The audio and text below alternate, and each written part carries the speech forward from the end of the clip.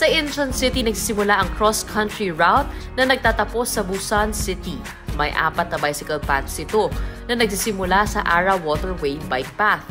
Ay, ayun! Ito yung mga red phone booths na sinasabi nila kung saan pwede mag-stamp. Oh!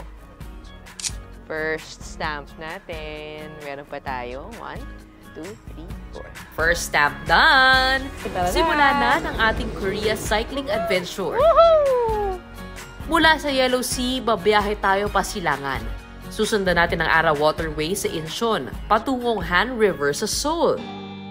Ang Ara Waterway Bicycle Path ang pinakamaiksi at pinaka-flat sa lahat ng certification bicycle paths. Woo!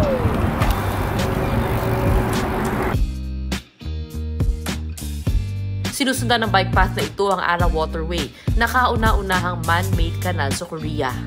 Ginawa ito para maiwasan ang pagbaha, magkaroon ng lagusan ng mga cargo at cruise ship at magsilbing recreational park kung saan may dedicated bike paths para sa ating mga siklista. Ang naalala ko dito sa dinadaanan natin ngayon, yung binike kong ruta sa Subic Clark. Ganito din yun, ganito kainit. Tapos parang nasa side street din kami. Buwan ng Setyembre nagsisimula ang autumn season sa Korea. Pa-transition ito mula summer papuntang autumn. Yung pala, pag ikaw ay na-flatan in the middle of your ride, hindi ka na mamamblema sa tools kasi may nagbibenta dito. Ito mga bag para sa bike mo. Merong gloves, may helmet, may shades, arm sleeve. Ito arm sleeve. Ito, yan 5,000 won, equivalent to 200 pesos. Hindi naman para sa akin kasi meron na ako eh. Para sa inyo yan.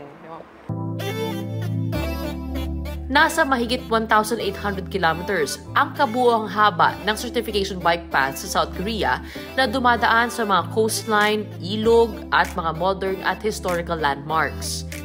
Kaya naman ibang pasyal experience din ang hatid ng ganitong klaseng adventure sa mga tanawing hatid ng bawat bicycle path. Sa isang puto ng aming biyahe, kinakailangang magbago ng ruta at tumawid sa kabilang bahagi ng ilog.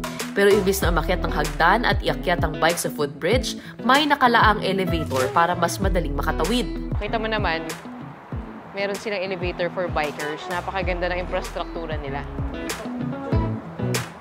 Kasya yung 3 folding bike.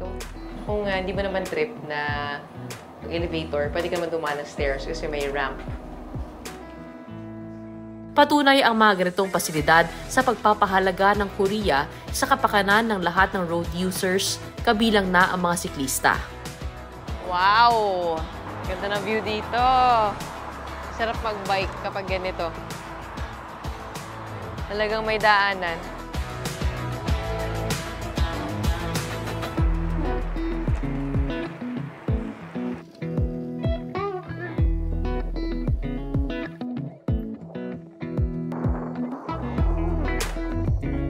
Finally reached the second red booth. Ay! Achieve tayo for the day. Iba pala, hindi mo pwedeng dayain. Tingnan mo, ito oblong, ito rectangle. Kala ko pwedeng stampan ng isa lang lahat. Nakatakan tayo.